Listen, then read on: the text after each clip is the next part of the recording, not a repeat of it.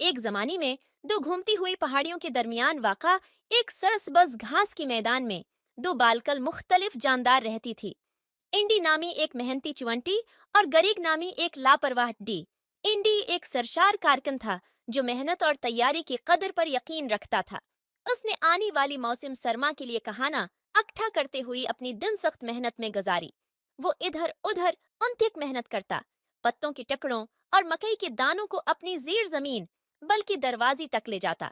उसके पास कहाना कहलाने के लिए एक बड़ा खानदान था और वो इस बात को यकीनी बनाने के लिए पराजम था कि वो सर्दी के महीनों में भूखे नहीं रहेंगे। घास के मैदान की दूसरी तरफ गरेक टड्डी उसके बालकल बराकस था। उसी मौसीकी और रक्स का जुनून था और वो उस लम्हे के लिए जिंदा रहने में यकीन रखती थी।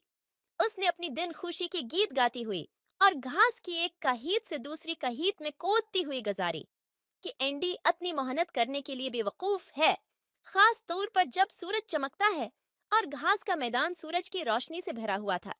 जैसी जैसी मौसम गर्मा खत्म हुआ और खजा करीब आ रही थी, ग्रीग ने कहाना जखीरा करने के लिए एंडी की मुस्तैद कोशिशों को देखा।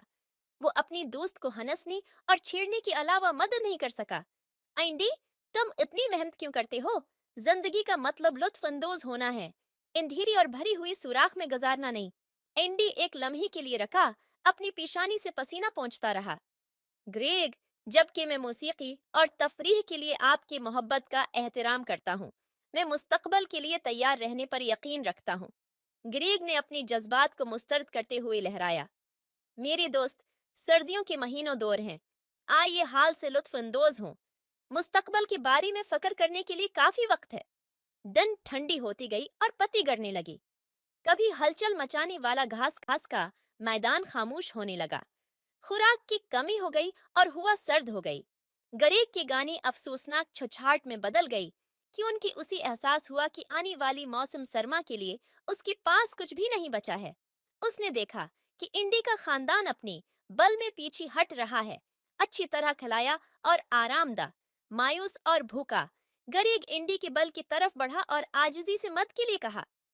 इंडी ने नरम दिल होकर गरीक का अंदर से खैर मुकद्दम किया और एहतियात से जमा किया हुआ कहाना बांट दिया। गरीक ने अपनी पहले की लापरवाही पर शक्रगुजारी और शर्मिंदगी का घरा एहसास महसूस किया।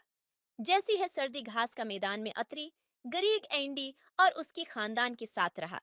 मेहनत और तैयारी की कदर उसने अपनी दोस्त से सीखी। वो अपनी दिन बातें करते, मौसीकी बजाती और कहानियां बांटती गुजारती। गरीग ने पहले कभी ऐसी गर्मजोशी और दोस्ती का तजुर्बा नहीं किया था। जब मौसम बहार आया, गरीग ने एंडी और उसकी खानदान को अलविदा किया।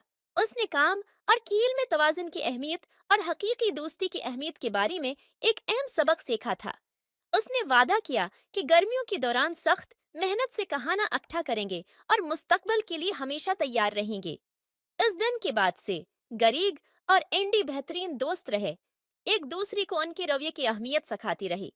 गरीग मौसीकी और रक्स करता रहा, लेकिन जब जरूरी हुआ तो उसने मेहनत भी की।